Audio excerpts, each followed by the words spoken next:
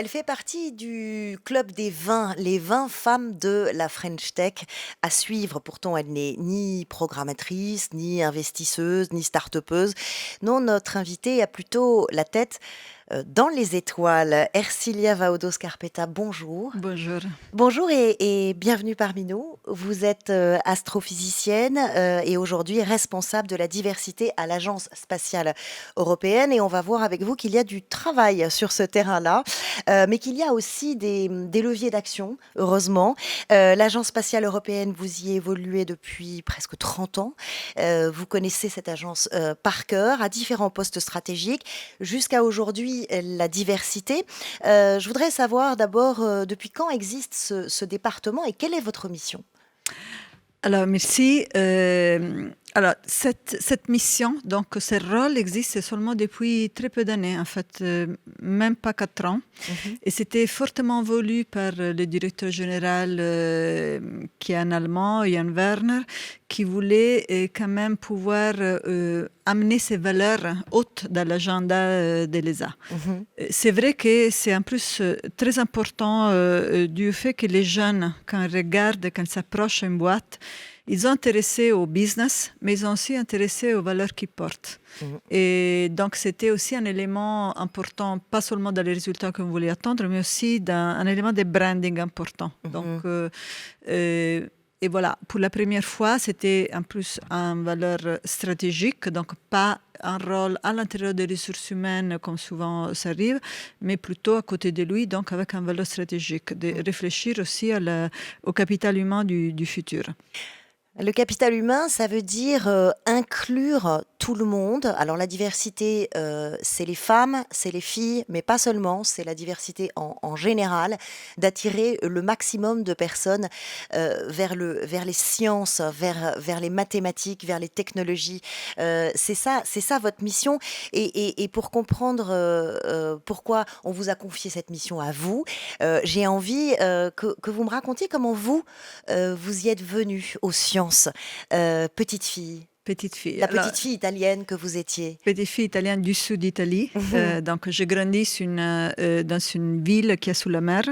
Déjà, je dois dire que je trouve surtout dans les enfants une relation avec la nature. C'est quelque chose qui les amène d'une manière beaucoup plus naturelle à se poser des questions, à chercher des solutions. Donc, c'est quelque chose qui c'est bien de retrouver dès le petit âge, cet élément de découverte et de curiosité. Donc, j'ai vécu comme ça, avec mon vélo dans la rue, sous la plage, jouer avec les copains. Mais j'ai aussi eu un environnement qui était très porteur de la science. Ma mère était une scientifique, donc biologiste, chimiste, avec une énorme passion pour les mathématiques. Elle était en plus très déterminée à encourager la relation avec les sciences pour moi et mes deux frères. Donc, par exemple, dans normalement sous les boîtes de la cuisine où on écrit si c'est du sel, du sucre ou du poids, elle mettait les formules chimiques. Et donc, un jour, j'étais au collège, j'ai préparé un gâteau au chocolat pour l'école. Et voilà, à la place du sucre glacé, j'ai mis du bicarbonate. Vous aviez déjà toutes les formules. Voilà. Mais ça veut dire qu'en fait, dans votre tête de petite fille, les sciences, c'était possible. C'était pas quelque chose d'éloigné, c'était naturel presque. C'était naturel, c'était presque un jeu, c'était presque quelque chose qui, effectivement, les questions qu'on pose et chercher une réponse. Donc, c'était absolument naturel, même si je dois dire qu'à l'âge de 18 ans qu'il fallait choisir, j'étais plutôt dans les lettres, dans tous les existentialismes de cet âge-là. Donc, toutes les questions qu'on se pose, la poésie, mais quelque part, je me suis dit que si j'avais fait de ça ma carrière, je serais restée trop coincée dans moi-même. J'avais besoin de me libérer de moi-même. Donc, j'ai choisi physique. C'est quand même un sujet qui nous transforme parce qu'on rentre dans des mondes qui sont vrais. En quoi ça vous a permis de vous libérer ? Ça m'a permis de libérer parce que ça m'a mis dans une dimension lointaine. On est un petit étincelle dans un univers indifférent, silencieux, et pourtant on est là avec notre capacité de poser des questions et chercher des réponses. Donc, C'était très fort pour moi. C'est ça qui est intéressant dans votre approche des mathématiques et de la science tout au long de votre carrière et dans les discours que vous prononcez aujourd'hui auprès des plus jeunes, c'est de dire les maths, c'est pas un truc de spécialiste, c'est pas un truc technique. Pour vous, c'est la compréhension du monde. Pourquoi c'est si important pour comprendre le monde Alors, les maths, et changer le monde? Les maths, c'est un langage.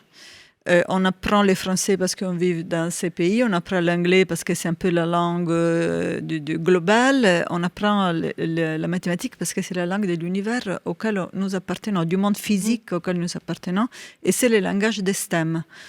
Donc, STEM, c'est sciences, technologie, ingénierie et mathématiques. Donc, ces langages, surtout, et ça c'est très intéressant, c'est que on encourage donc les jeunes dans les mathématiques jusqu'à un certain point. Et après, on les laisse quelque part suivre leur ambition. Je trouve que c'est par contre quelque chose qu'on devrait continuer à amener jusqu'à la fin, comme on fait du français ou de l'anglais. Alors, encourager les jeunes, mais encourager les filles. Surtout, seulement 1% de femmes dans les disciplines STEM dans l'OCDE. C'est dingue. Oui, non, c'est ça. Pourquoi? Alors, déjà, l'identité STEM s'est fait à l'école primaire. Ça commence tout petit. Ça commence tout petit. On a tous, et là vous avez vraiment, pour moi, c'est une référence, Stanislas Dehaene, donc un neuroscientifique qui s'occupe beaucoup des maths. On a tout un sens des chiffres, tous. Et à un certain moment, on commence à penser que non, on n'est pas doué, c'est pas fait pour moi. C'est culturel en fait. C'est très culturel et on laisse ça s'installer dans les gens. Considérer que c'est quelque chose, donc une espèce d'anxiété qui se génère vis-à-vis aux maths. Et beaucoup de petites filles se disent, c'est pas pour moi, c'est trop difficile. C'est pas pour moi, et donc ils s'éloignent. Une fois qu'on est éloigné, on peut plus rentrer. C'est ça aussi le problème. C'est pas au lycée qu'on va décider de faire de la physique ou de l'ingénierie si on est resté dehors de la mathématique à l'école primaire. Donc il faut vraiment commencer tout de suite. Et il y a assez de place aujourd'hui en France pour le codage, pour les maths, pour les technologies. Vous trouvez qu'il y a assez de place qui est donnée dans l'éducation aujourd'hui ou pas? Alors, je trouve que la France est sûrement dans la réflexion à l'avant-garde, même dans les actions, parce que les mathématiques en France ont une valeur symbolique qui a parfois est même plus élevée que les valeurs réelles. Donc, il y a la construction d'une élite qui passe aussi par l'inclusion dans les mathématiques. Et c'est pour ça que, suite aux résultats du rapport de l'OCDE PISA sur les compétences des jeunes, il y a 3 ans, en 2017, la France a décidé de rendre les mathématiques un sujet prioritaire. Et stratégique. Pourquoi ? Parce que d'un côté, un pays qui est faible en mathématiques risque de devenir faible aussi d'un point de vue économique. Ben oui, parce que c'est les compétences qu'il faut pour les métiers de demain. Donc regardons le cas de Singapour, qui était dans une génération est passé à être première en économie et première en mathématiques. Mais c'est aussi, et c'est ça, je trouve très intéressant la réflexion, parce qu'en fait, suite à cette priorité, Cédric Villani, entre autres, était censé qui était au gouvernement précédemment. Mais de faire une action, disons, une liste d'actions, 21 actions, en fait, il a mis sur la table.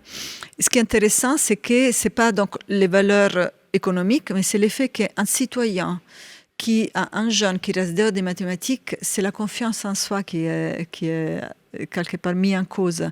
Et aussi, ça rend les citoyens plus, quelque part, disponibles à déléguer des raisonnements complexes, à aller vers les simplifications.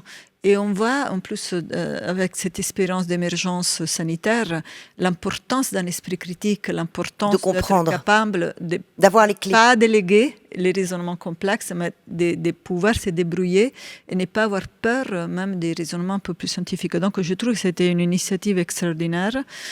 Que je cherche aussi à porter dans d'autres pays quand on m'interroge, c'est vraiment une référence. Et à l'Agence spatiale européenne, quelle est la situation justement en termes de diversité et quelle action vous avez mis en place? Alors, les spatiales, c'est un sujet, on est quand même des enfants d'Apollo 11, donc c'est un sujet qui qui a toujours été un peu un domaine de blues white boys. D'hommes. Voilà. Et même un donné intéressant, c'est très intéressant, on a, pratiquement la troisième personne dans l'espace, c'était une femme, Valentina Tereshkova, en 63. Et il a fallu 20 ans pour avoir une américaine dans l'espace, donc Sally Ride. En plus, il y a une histoire sympa, c'est que les ingénieurs de la NASA avaient même prévu un kit de maquillage parce qu'ils se sont dit, bon, elle va être sûrement jolie et belle, donc qu'elle a refusé d'amener au musée à Washington maintenant. Et donc après, l'Europe est arrivée. Mais ce qui est étonnant, donc aujourd'hui on a eu dans l'espace à peu près 12 femmes. Et même sur les dernières 10 ans, c'était que 12 femmes. Donc on voit qu'il n'y a pas nécessairement un grand progrès. Et dans l'encadrement d'une agence comme l'Agence spatiale européenne, on en est où? Alors, nous, on a un total à peu près 28% de femmes. D'accord. Mais ce qui est important, et donc c'est même intéressant de le dire ici, c'est qu'on va bientôt lancer une campagne de recrutement des astronautes européennes à nouveau. Oui, c'est ça, j'allais dire, ça passe essentiellement par le recrutement au départ. Ça passe par le recrutement. Et on va donc chercher à aller intéresser une communauté beaucoup plus large. On ne peut pas être diverse dans notre boîte si les gens qui s'intéressent à l'espace sont pas suffisamment diverses. Ça passe par quoi? Ça passe par de l'éducation, vous parlez beaucoup, vous faites beaucoup de conférences, ça passe par de l'inspiration, est-ce qu'il faut des rôles modèles? Est-ce qu'il faut carrément passer par des quotas? C'est très intéressant. Alors, ça passe par toutes ces choses-là. D'abord par une narrative qui explique que l'espace, c'est pas conquérir, coloniser, c'est pas l'un contre l'autre, mais c'est vraiment se mettre ensemble pour faire des choses qu'on peut pas faire ensemble, on peut pas faire toute seule. L'enquête, la conquête spatiale, l'aventure spatiale demande vraiment de la coopération. Et c'est de la coopération pour pouvoir faire face aux défis du futur, les changements climatiques, la pauvreté, l'énergie, pour aller découvrir des choses qu'aujourd'hui on ne connaît pas, qui pourraient nous amener plus loin dans notre connaissance, pour aller où on n'était pas encore, mais avec un esprit qui soit un esprit donc, qui inclut. Ouais. Et justement, cette inclusion, en quoi elle va être déterminante pour l'innovation aujourd'hui et demain? Pourquoi ça pousse l'innovation? Ça pousse l'innovation parce que la chose qui est nécessaire dans l'innovation, c'est pour s'approcher au futur, il faut quand même mettre ensemble une tension entre les différentes perspectives. Sinon, l'étincelle d'imaginer ce qu'on n'a pas encore imaginé ne s'éclenche pas. Donc, notre métier dans l'espace, c'est en essence imaginer le futur et le rendre possible. Donc, on a encore plus, quelque part, ce besoin de cette richesse des points de vue et des perspectives. Chose qu'on connaît déjà les uns, on est 22 pays, plus le Canada. Et si on est arrivé à faire atterrir un petit robot sur une comète à 500 millions de kilomètres d'ici, c'est parce qu'on sait ce que ça veut dire mettre ensemble des compétences différentes. Des compétences différentes, la diversité, vous vous décrivez comme une scientifique humaniste. Vous racontez par exemple que vous avez été très marqué par l'explosion de la navette Columbia en 2003, qui a coûté la vie à 8 personnes. Vous y avez assisté, vous dites que cela vous a marqué et que ça a déclenché chez vous une réflexion sur la conquête spatiale, sur le sens de cette conquête spatiale et sur le sens de la science en général. Pourquoi? Ça vous a amené à quelle réflexion?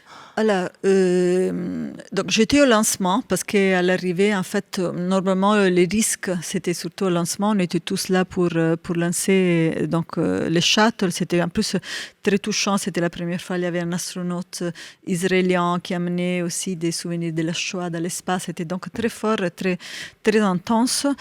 Et donc, oui, bien sûr, c'était un choc pour tout le monde. Aux États-Unis, quelque part, ça amenait une réflexion profonde aussi sur ces sujets-là. C'est très coûteux aller dans l'espace et c'est très risqué. Donc, pourquoi on le fait? C'est quand même au cœur de notre mission, mais pourquoi on le fait? Donc, c'est vrai que surtout la présence humaine dans l'espace, c'est quelque chose qui amène des risques en soi. mais qui quelque part fait aussi partie effectivement de ces sens de nous dans l'univers dont je parlais avant. Donc l'effet que qu'en 1968, pour la première fois, Apollo 8, donc Bill Anders, a fait la première photo de la Terre vue de la Lune. Donc, ce regard sur nous, ce regard pour la première fois sur cette planète suspendue dans une nuit éternelle. C'était quoi la leçon? On est rien du tout, on est petit, on est fragile, mais on est arrivé jusqu'ici. Et donc je pense que c'est ça l'inspiration de l'homme dans l'espace. Finalement, quand on vous écoute, vous êtes astrophysicienne, on a plus l'impression d'écouter une philosophe qu'une scientifique, et c'est ça en fait que vous voulez dire à travers votre travail, c'est de dire aux petites filles, de dire à tout le monde, les sciences, c'est ça, les maths, c'est ça. Vous rappelez d'ailleurs que l'étymologie du mot désir, pourquoi la science c'est du désir? La science c'est du désir parce qu'on est toujours en tension, donc désir vient de desiderio, desidera esse. C'est s'éloigner, être loin, très s'éloigner, être loin des étoiles. Donc, bon, Camus disait que ça veut dire qu'on est seul. Donc, il y a plusieurs interprétations. Mais disons, en tout cas, c'est vouloir atteindre une étoile. C'est vouloir atteindre une étoile, c'est-à-dire une tension vers quelque chose plus grand que nous. Vouloir effectivement aller là où on ne peut pas aller, où on n'est pas encore allé. Donc, je trouve que c'est le cœur de l'inspiration scientifique. C'est un pas dans un noir où on n'était pas encore allé, en amenant voilà, une lumière. Donc, je trouve que c'est la plus grande des aventures humaines quand même, la science. La plus grande des aventures humaines, j'ai envie de citer ce que j'ai déjà entendu de vous. Préparez-vous à participer à ce monde, faites sortir la partie qui est dans chacun de nous, d'explorer, d'avoir envie de participer à des choses merveilleuses, et ce sera vous qui construirez le prochain village sur la Lune. C'est exactement ça. Et on n'est pas si loin de ça. Merci d'être venu nous apporter aujourd'hui cette inspiration, nous dire que les sciences, voilà, ce ne sont pas que des chiffres, c'est tout le contraire, c'est aller là où on n'est pas encore allé. Merci infiniment. Merci à vous. Merci. Allez hop hop hop mon JPEG, hein, on se dépêche, on a de plus en plus d'abonnés, il faut que le studio soit nickel pour la prochaine vidéo.